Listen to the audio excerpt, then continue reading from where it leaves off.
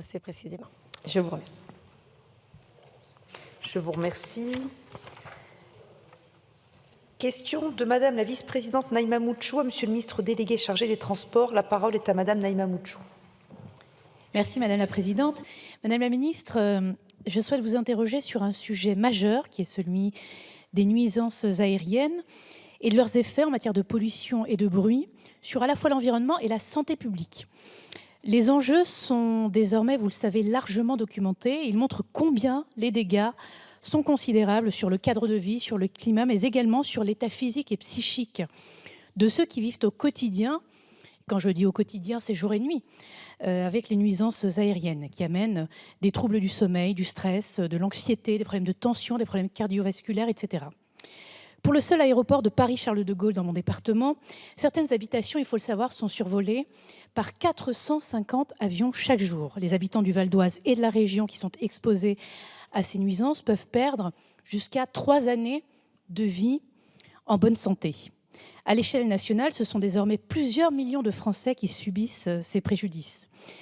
Alors je propose d'agir, et d'agir efficacement. J'ai déposé une proposition de loi sur le sujet. C'est un texte qui veut favoriser l'essor d'une aviation plus durable et mieux contrôlée. Et je le dis, je ne fais pas partie de ceux qui voudraient bannir les avions de nos vies. L'aéronautique française, c'est un fleuron de notre industrie, bien sûr. C'est un puissant moteur d'emploi pour les territoires, y compris d'ailleurs chez moi, et tant mieux.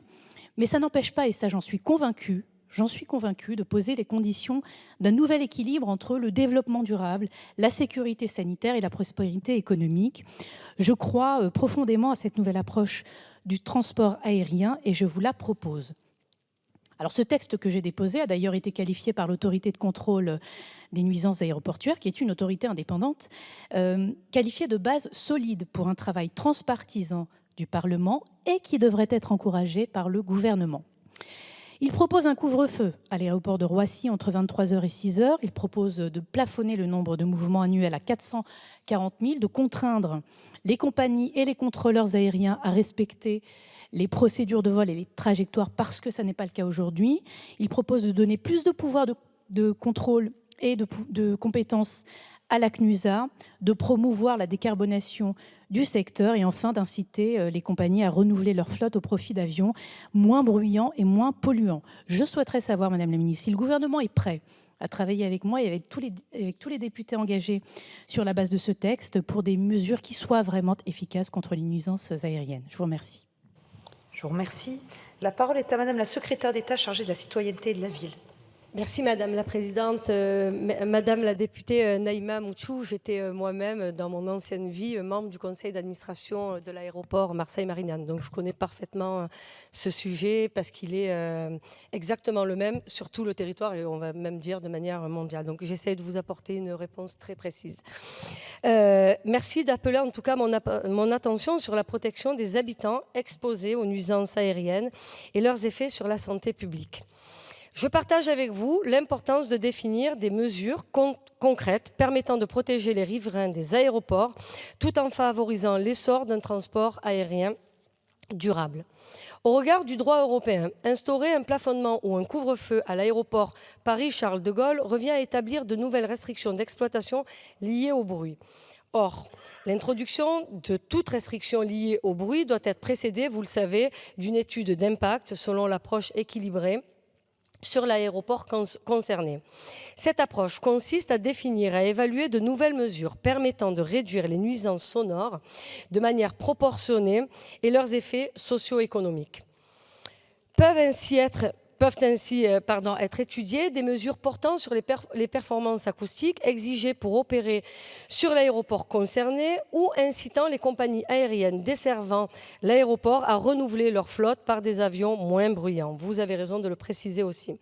Des mesures de limitation de nombre de mouvements ou de couvre-feu pourront également être prises. À l'issue de cette étude, le ministre chargé de l'aviation civile et le ministre chargé de l'environnement peuvent imposer des restrictions d'exploitation sur l'aéroport concerné. Je tiens à vous confirmer qu'une telle étude d'impact est actuellement conduite à Paris-Charles de Gaulle sous l'autorité du préfet du Val d'Oise. Quant aux mesures de modernisation de la procédure de sanction suivie devant la CNUSA, je vous informe que le gouvernement les étudie comme toute initiative parlementaire visant à rendre plus efficaces les politiques publiques de maîtrise des nuisances aériennes. De manière plus générale, je vous confirme que le gouvernement, attaché aux politiques publiques de lutte contre les nuisances sonores et de décarbonation du secteur aérien, est prêt à travailler avec l'ensemble des parlementaires engagés dans les maîtrises des nuisances environnementales. Je vous remercie. Je vous remercie, Madame Mouchou. Madame la ministre, merci pour votre réponse, mais je dois vous le dire, je ne suis pas satisfaite. Je porte ce sujet depuis 2017 et je ne vois pas les choses s'améliorer significativement pour nos concitoyens. La transition écologique, ça concerne tous les secteurs. Ça doit aussi concerner le secteur aérien. Il y a des solutions qui existent et elles ne sont pas mises en œuvre aujourd'hui. Je le redis, je suis persuadée que la sécurité sanitaire, la protection de l'environnement ne sont pas incompatibles avec la prospérité économique et avec l'emploi dans ces territoires. J'ai déposé ce texte, nous devons absolument nous en saisir, nous devons en débattre et voir de quelle manière, avec l'ensemble des députés sur ces bancs, parce que c'est un texte transpartisan, eh bien nous pouvons avancer ensemble. Il faut que nous soyons à la hauteur des défis pour nos concitoyens. Merci.